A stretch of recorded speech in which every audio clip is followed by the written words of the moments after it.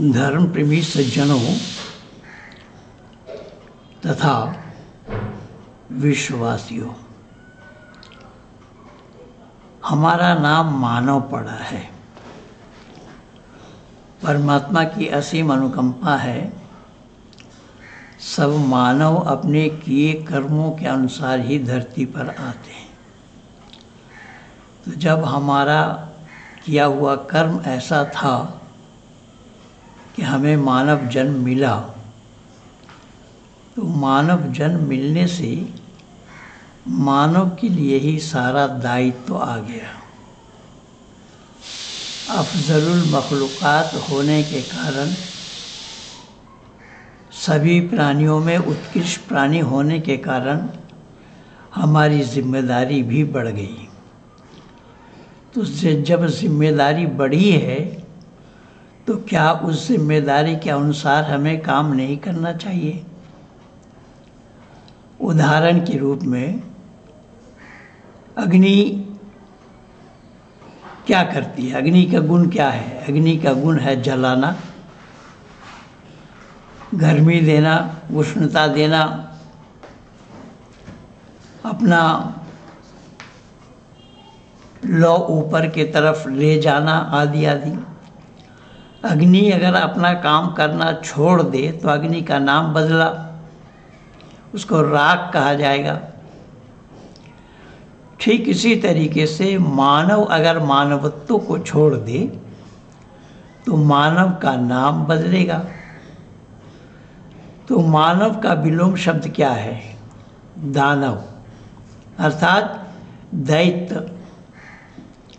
तो जो दो दानव वो है, शास्त्र में बताया गया है, आहार निद्रा भय मैथुनांच सामान्यमेतत् पशुभिः नराणाम धर्म ही तेषां मलिको विशेषो धर्मेण हीना पशुभिः समाना।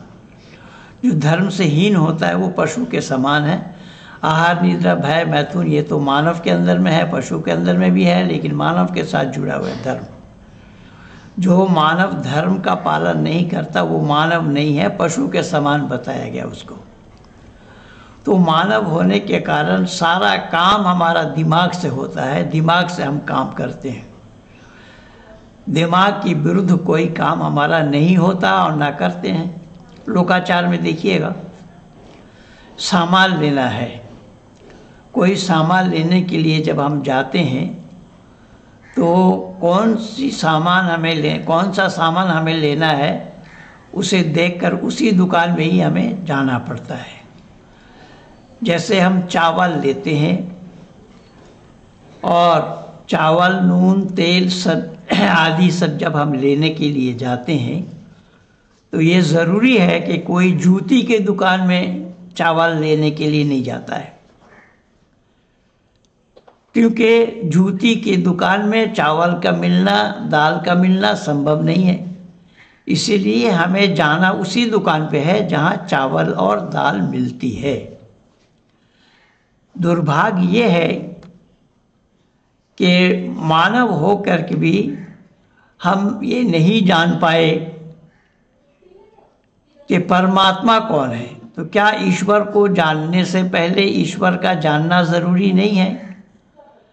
हर कोई मानव कहलाने वाला भली प्रकार जानता है इस बात को कि कभी भी इस प्रकार का कार्य नहीं करता जो परमात्मा को मानते हैं केवल, किंतु परमात्मा को जानते तक नहीं।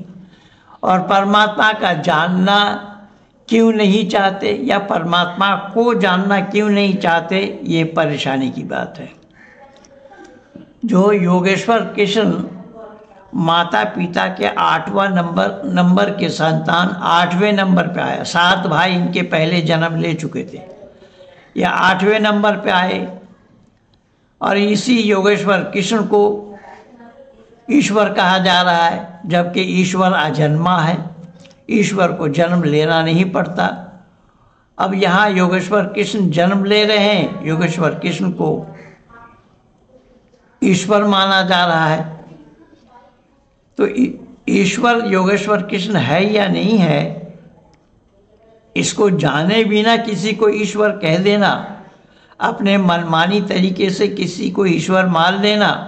हम दुनिया में देखते हैं सब लोग ईश्वर बनाने में आतुर हैं, ईश्वर बनाने का काम करते हैं। परमात्मा ने, ईश्वर ने मानव बनाया और ये मानव ईश्वर बनाने में लगे हैं। इससे अंदाज़ा लगाइए, वो भी हर एक का अलग अलग, किसी ने कुछ बना करके ईश्वर बोला, किसी ने कुछ बना करके उसे ईश्वर कहा, आदि आदि।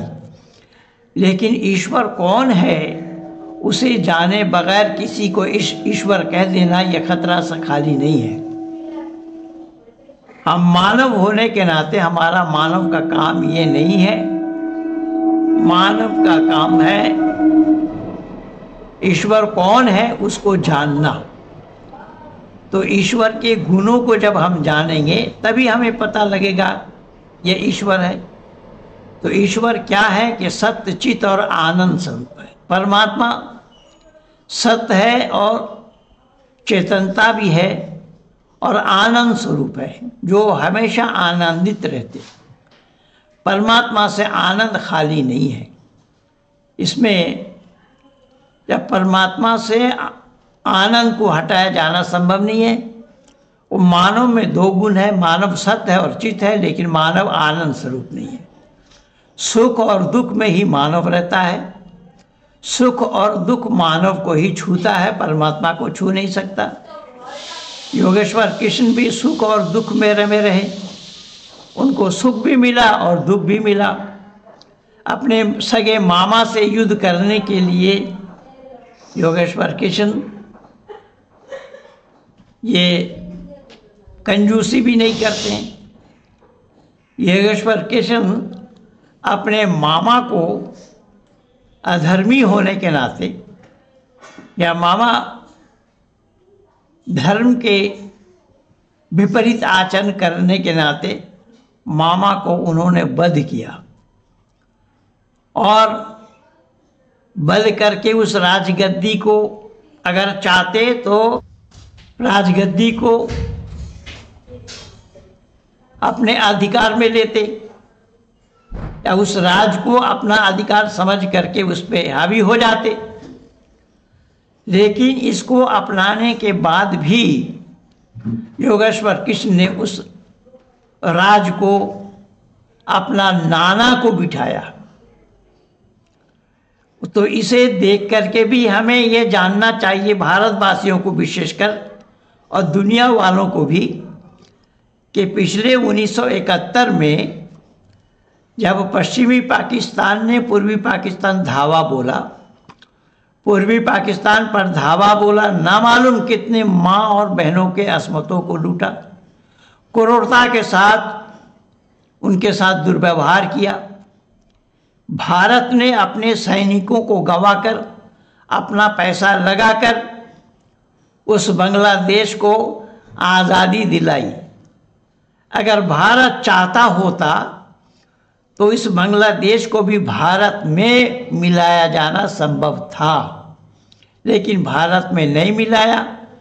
जैसा योगेश्वर कृष्ण ने राज को जीतने के बाद अपना नाना को बिठाया राजगद्दी में, ठीक इसी तरीके से भारत ने पाकिस्तान से युद्ध करके पूर्वी पाकिस्तान कहलाने वाले जगह को, स्थान को अलग करके बांग्लादेश बनाया। यही योगेश्वर कृष्ण की शिक्षा है। भारतीय लोग योगेश्वर कृष्ण को अपना रहबर मानते हैं, अपना गुरु मानते हैं, अपना पथ प्रदर्शक मानते हैं और पथ प्रदर्शक के दिखाए हुए बताए हुए रास्ते पे भारत ने अमल किया। आज ये छोटा बांग्लादेश, जिस बांग्लादेश को हमने आज़ादी दिलवाई, जो बांग्लादेश भारत के कृपा पर आज भी जी रहा है, जहाँ नमक मिलना भी दुश्वार है, जिस बांग्लादेश में नमक नहीं बनते, नमक बनाना नहीं जानता, जो बांग्लादेश को सुई बनाना नहीं आता, सारा सामान भारत से ही जा रहा है। भारत से सारा सामानों को पाने के बावजूद भी बांग्लादेश के कुछ नादान लोग भारत को आग दिखा रहे हैं। तो आँख दिखाने से कुछ बात बनने वाली नहीं है। केवल बिजली का तो कुछ हिस्सा बंद करके ये बता दिया कि हम क्या कर सकते हैं। जितना जो कुछ भी सामान भारत के द्वारा बांग्लादेश में भेजा जाता है, इन सामानों को अगर बंद कर दिया जाए तो बांग्लादेश एक सेकंड भी रुकना बांग्लादेश के लिए संभव नहीं है। लोग भूखे मरेंगे। ये जो कत्लेआम हिंदुओं का कर रहे हैं ना, उस समय कत्लेआम हिंदुओं का भी करना नहीं पड़ेगा। ये जो कत्ल कर रहे हैं ये भी भूखे मरेंगे अगर भारत ने अपना वर्चस्व दिखाया तो।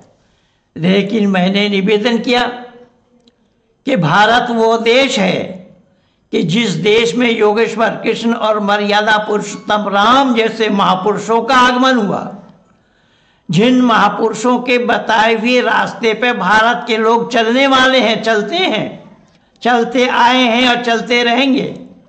मर्यादा पुरुषोत्तम राम में वो गुण पाया जाता है। योगेश्वर कृष्ण ने भी इसको करके दिखाया है। योगेश्वर कृष्ण दुनिया वालों को ये बता दिया है कि ये हमारा अधिकार नहीं है, ये देश हमारा नहीं है, इसलिए इस पर हम अधिकार नहीं करेंगे। ये राज्य हमारा नहीं है, इसलिए हम अनाधिकार चेष्टा नहीं करेंगे। अपना नाना ही इस देश का राजा है, इसलिए उनको उस पद में बिठाया। भारतवर्ष के लोगों ने ही मर्यादा पुरुषोत्तम राम से सीखा। मर्यादा पुरुषोत्तम राम अगर चाहते तो राजगद्दी को अपना सकते थे, राजगद्दी पर अधिकार जमा सकते थे, लेकिन पिता का आदेश था 14 वर्ष के लिए जंगल जाना है। 14 वर्ष के लिए जंगल चले गए। भाई भरत जब उनको वापस लाने के लिए गए तो राम ने कहा, मैं शौक से नहीं आया हूं, पिता माता का आदेश का पालन करने के लिए आया हूं, तुम चाहो तुम संभालो। मर्यादा पुरुषोत्तम राम राजगद्दी को संभालने के लिए आ सकते थे, लेकिन भरत जी उनको नहीं मना पाए। भरत ने राम के पादुका को अपने साथ ले आया और पादुका को सामने रखा। मर्यादा पुरुषोत्तम राम आए नहीं, लेकिन ये राम का ही पादुका है, उनके नक्शो कदम पर हमें चलना है। ये भरत ने भी करके दिखाया। खड़ा राज किया, लेकिन उस राजगद्दी पे शासन व्यवस्था को देखा, किंतु राजगद्दी मेरा है ये नहीं कहा। तो ये देश है भारत, ये महान देश है भारत। ऐसे महान देश को चंद मुट्ठी भर लोगों के द्वारा उंगली दिखाना और वहाँ के मौलाना लोग बैठे बैठे तकरीर कर रहे हैं कि हम दिल्ली को कब्जा करेंगे, लाल किला पर बांग्लादेश का झंडा लहराएंगे, दिल्ली के संसद पर बांग्लादेश का झंडा लहराएंगे। ये कितनी बेतुकी बातें हैं। पर बंधु, आप लोगों को अब तक मैं इन 42 वर्षों में मैं चल रहा हूँ, अब तक मैं आप लोगों को ये बताता आया हूँ कि बांग्लादेश के जो लोग भारत को दखल करने की बात कर रहे हैं, जो मौलाना लोग, वो अपने मन से नहीं कर रहे हैं, क्योंकि यही शिक्षा उनको मिली है, यह कुरानी शिक्षा है। इसलिए तो कल मैं आप लोगों को बता भी दिया था कि एहसान फरामोश शिक्षा अगर कहीं पर है तो वो कुरान में है। अल्लाह ही देने वाले हैं उस शिक्षा। कौन अल्लाह? वही अल्लाह जिस अल्लाह को गाय और बैल का फर्क पता नहीं है, क्योंकि अरबी जुबान में बचपन में ही मैं पढ़ा था। अरबी ग्रामर की किताब में एक के बकरतुन माने बैल और बकरतुन के माने गाय।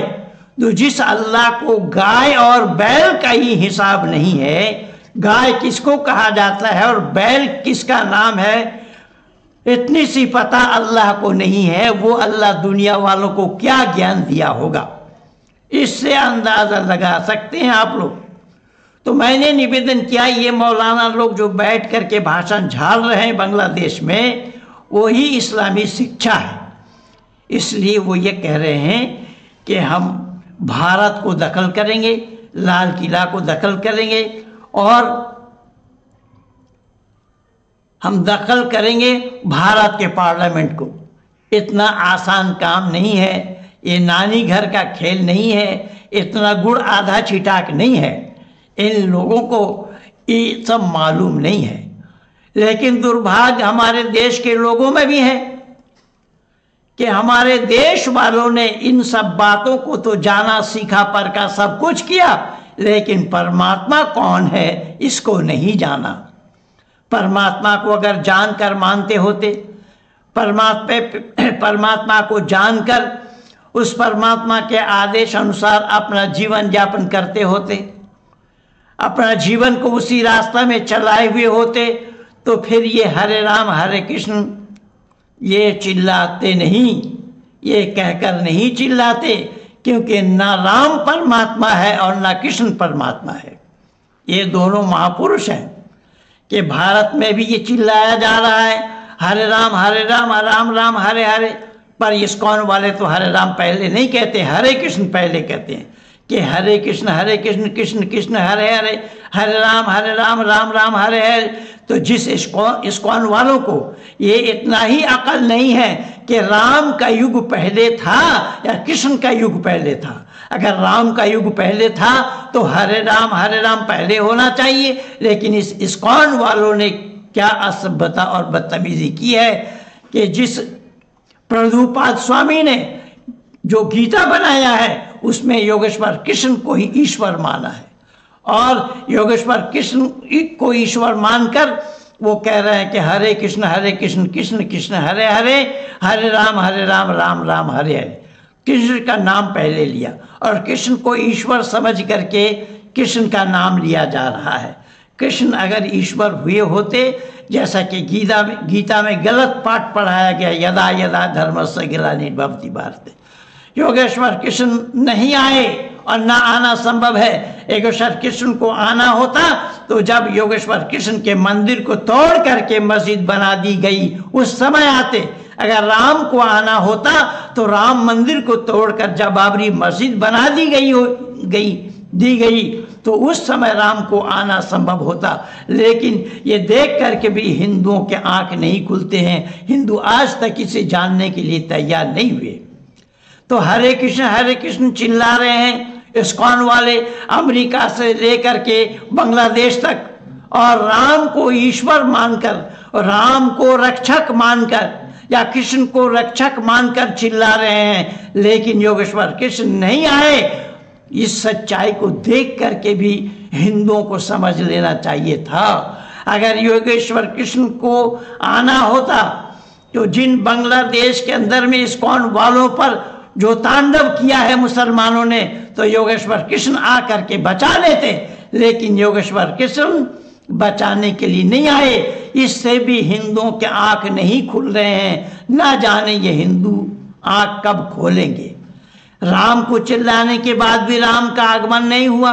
हिंदुओं को आज तक पता नहीं लग पाया कि राम हमारे रक्षक नहीं है। जिन मूर्तियों को वो हिंदू पूजते हैं, उन मूर्तियों को अपना रक्षक मानकर पूजते हैं, उन मंदिरों के मूर्तियों में भी ये दम नहीं है कि आकर के इन हिंदुओं को बचाए, पर के मूर्ति हमारे रक्षक नहीं है, हम ही लोग मूर्ति के रक्षक हैं। उस मूर्ति को तोड़ने से बचाने के लिए हमें ही आगे आना पड़ता है। इन सब बातों को देखकर तब भी हिंदुओं के अकल नहीं आ रहे हैं, ये हिंदू कब जागेंगे। इसलिए मैंने निवेदन किया, मैं तो शास्त्र का भी प्रमाण दिया, मैं इतिहास का भी प्रमाण दिया, इन सब बातों को जान करके भी हिंदू सोचने समझने के लिए तैयार नहीं है। यही कारण बना कि महर्षि देव दयानंद ने साफ शब्दों में दुनिया वालों से कहा और बतलाया, ऐ दुनिया के लोगों, ईश्वर मानने की वस्तु नहीं है, ईश्वर जानने की वस्तु है। ईश्वर को जानो पहले, तभी ईश्वर को मानो। ईश्वर को जाने बगैर ईश्वर का मानना संभव नहीं है। जैसा ये हिंदू लोग सामान खरीदने के लिए कपड़े के दुकान में कपड़ा खरीदने के लिए जाते हैं, वहां जाकर के नून तेल नहीं मांगते, क्योंकि उनको पता है यहाँ नून तेल मिलना संभव नहीं है। कोयला नहीं मांगते क्योंकि यहाँ कोयला मिलना संभव नहीं है। जब ये जानते हैं तो जब योगेश्वर और कृष्ण ईश्वर नहीं है, उनको ईश्वर मानना, ये ईश्वर के साथ भी धोखा हो रहा है और यही धोखा होने के लिए हिंदुओं का कत्लेआम किया जा रहा है। हिंदू अगर सच्चाई पर अमल करते होते तो इन मुसलमानों का जवाब देने लायक बनते, मुसलमानों को जवाब देने काबिल बनते। लेकिन जो मुसलमान ये लंबी चौड़ी बातें कर रहे हैं, इन बांग्लादेशियों को पता ही नहीं है कि भारत ने कितना बड़ा योगदान, जो इनका पुल बना है भारत के खर्चे से बना है।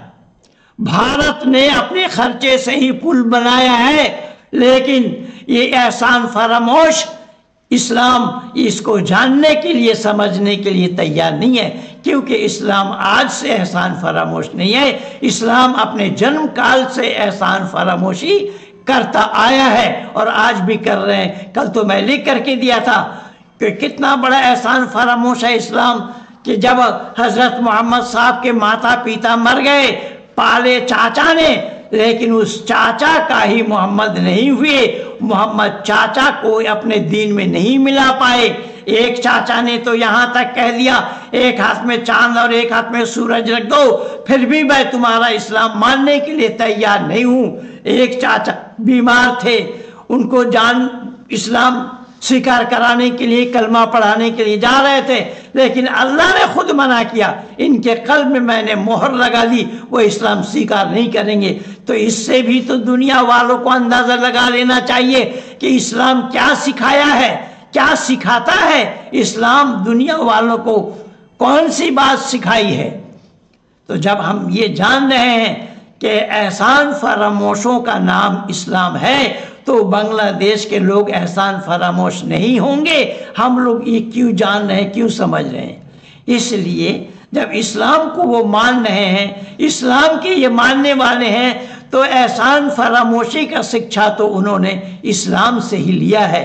दुर्भाग्य है मानव पर, दुर्भाग्य है मानव के लिए, मानवता पर ही कुठाराघात किया जा रहा है। इसलिए मैंने पहले यही बताया आप लोगों को कि मानव हम कहलाने के लायक तब तक नहीं बनेंगे जब तक हमारे अंदर में मानवता ना हो।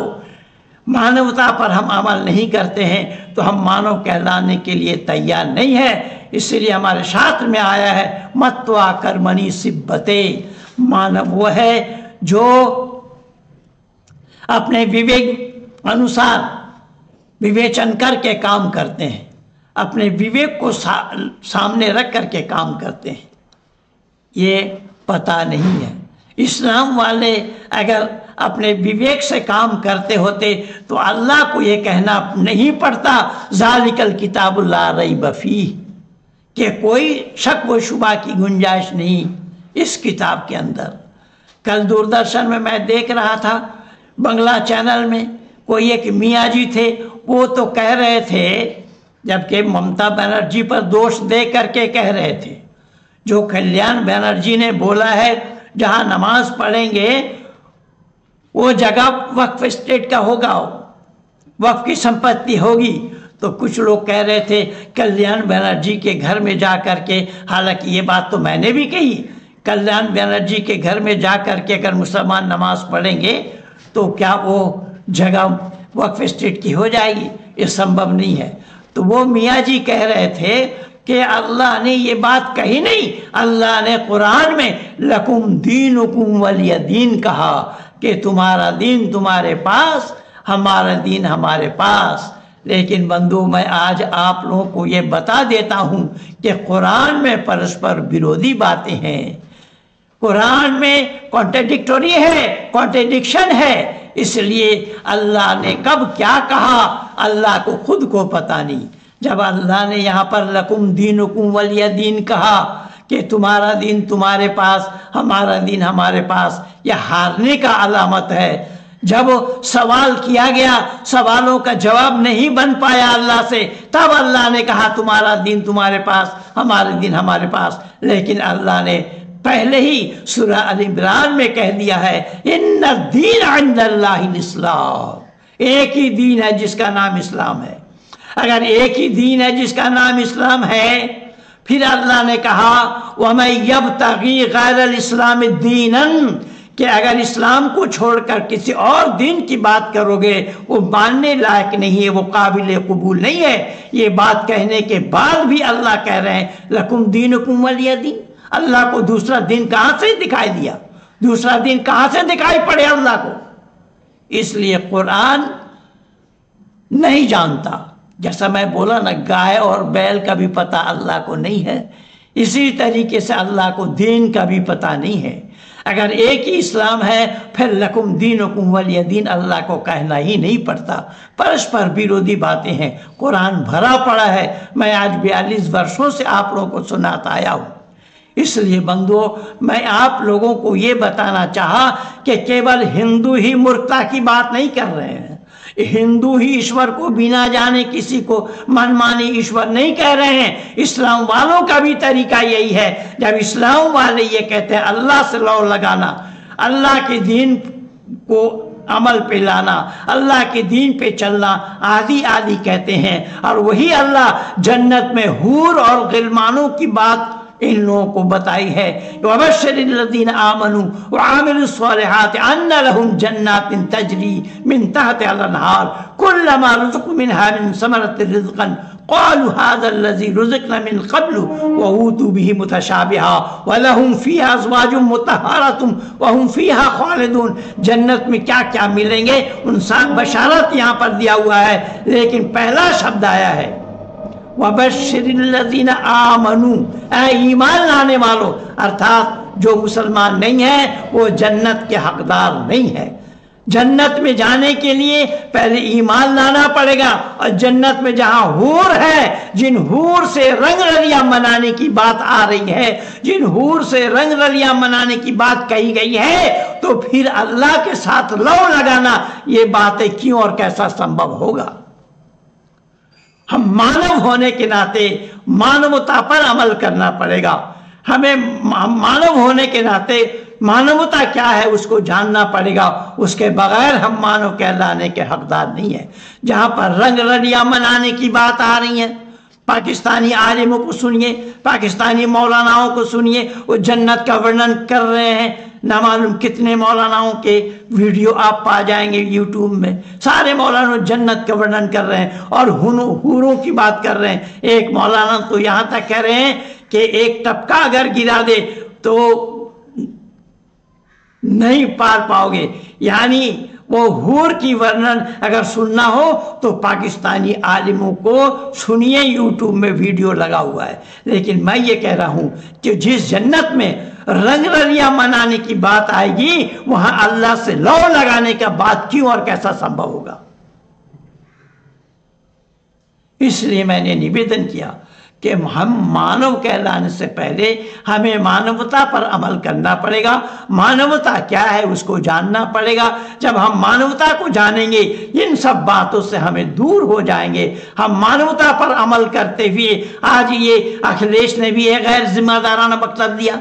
अखिलेश ने कहा, अखिलेश यादव जो सपा के नेता हैं, सपा के मुखिया हैं, अपने बाप से लेकर के मुखिया बने हैं, वो क्या कह रहे हैं कि यूपी पुलिस वालों के पास अपना हथियार तो होता है और देशी हथियार भी उनको होता है, उनके पास होता, उन्हीं से गोली चलाई।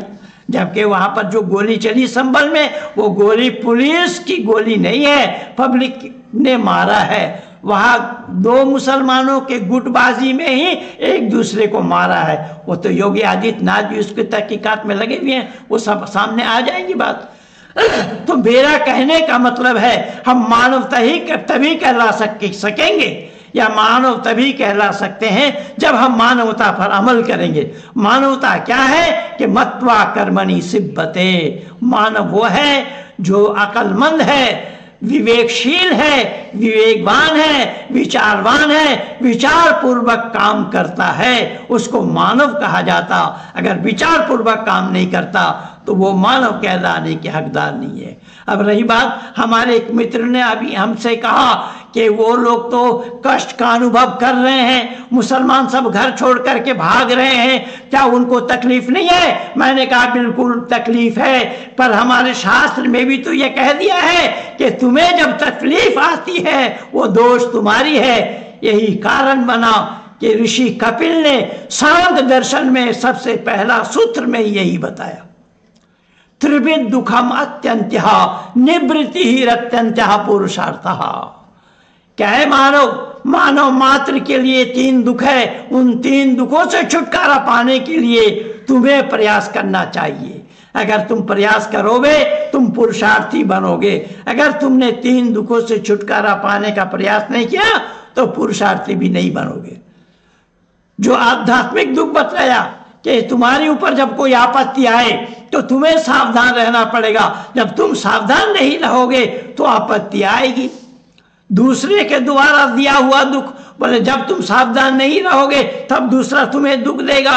अगर ये संबंध छोड़ करके ताला लगाकर घर से भाग रहे हैं, अगर यही बात पहले सोचते होते, पहले इस बात पे अपने जहन में लाते होते, अपने दिमाग में लाते होते कि हम लोगों को घर छोड़कर भागना पड़ेगा, तो ये काम नहीं हुआ होता। तो जो दूसरा नंबर का दुख है वो अन्नों के द्वारा दिया हुआ दुख, अन्य कोई हमें दुख न दे सके उसके लिए सावधानी हमें खुद को बरतना है, ये हमारा शास्त्र है। और तीसरा नंबर का जो दुख बताया है वो परमात्मा का, जो परमात्मा कहीं अतिवृष्टि है, अनावृष्टि है, कहीं अनाटन है, कहीं कुछ है, ये हमारे किए हुए कर्मों के अनुसार ये होता है। जैसा कारगिल का युद्ध हुआ, तो इसी तरीके से हम अगर सावधान रहते होते तो कारगिल का युद्ध होना संभव नहीं था। लेकिन अटल बिहारी वाजपेयी ने सोचा कि उतने पहाड़ के ऊपर कौन चढ़ेगा, जो सोचा नहीं था वही हो गया। उसके ऊपर पाकिस्तानी सैनिक अपना जमावड़ा बना लिया। लेकिन उन भारत माँ के लालों को मैं धन्यवाद देता हूं, उनके सामने मैं नतमस्तक होता हूं कि जिन लोगों ने नीचे से ऊपर वालों को मार भगाया। मुशर्रफ थे उसके अध्यक्ष वहां पर। इसलिए मैं निवेदन कर रहा हूं, यही सब मानवता है, इन मानवता पर हमें अमल करना पड़ेगा। मानवता पर अगर हम अमल नहीं करते हैं तो हम मानव कहलाने के हकदार नहीं बनेंगे। मैं ज्यादा ना बोलता हुआ मैं चाहूंगा इसी बात पर अपनी वाणी को यहीं पर विराम दूं। मैं आप सभी लोगों से निवेदन करूंगा कि जिसको मन आए उसको परमात्मा मत बताना, परमात्मा को जान करके ही जो परमात्मा है उसको परमात्मा बताना। किसी को आपके परमात्मा कह देने पर उसका परमात्मा बनना संभव नहीं होगा। इसलिए हमें इसको जानना पड़ेगा, हमें जानना पड़ेगा मानव क्या है, हमें जानना पड़ेगा मानवता क्या है। जब तक हम उस पर अमल नहीं करते हैं तो हम मानव कहलाने के अधिकारी नहीं बनेंगे। यही काम राहुल कर रहा है। राहुल को भी आता पता नहीं है, वो तो जानता ही नहीं है कि मनुष्य होता कौन है, मनुष्य होता कौन है। अगर वो जानता होता तो इस तरीके से ये काम सब ना करते। संसद को चलने नहीं दे रहे हैं खामा-खा की बातों में, खामा-खा की बातों में। और वो अपने लिए नहीं सोच रहा कि तू जमानत में छूटा हुआ है, तेरी माँ भी जमानत में निकली हुई है। इन लोगों पर चैप क्यों नहीं हो रहे बीजेपी वाले, मैं नहीं समझ पा रहा हूँ। उनकी गिरफ्तारी की बात क्यों नहीं कर रहे बीजेपी वाले, इसको मैं नहीं समझ पा रहा हूँ।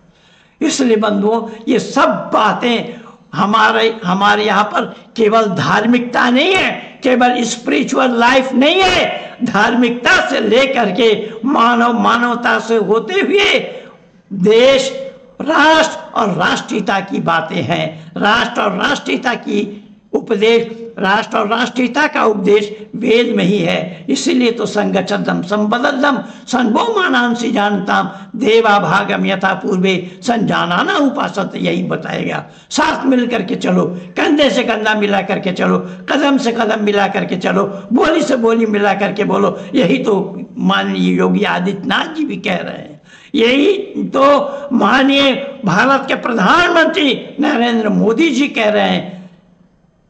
लेकिन आप लोग अमल करना नहीं चाहते। चलो अमल नहीं करते हैं, मुसलमानों ने तो महाराष्ट्र में जमावड़ा करके दिखा दिया था, लेकिन एक भी वोट इन लोगों को नहीं आया।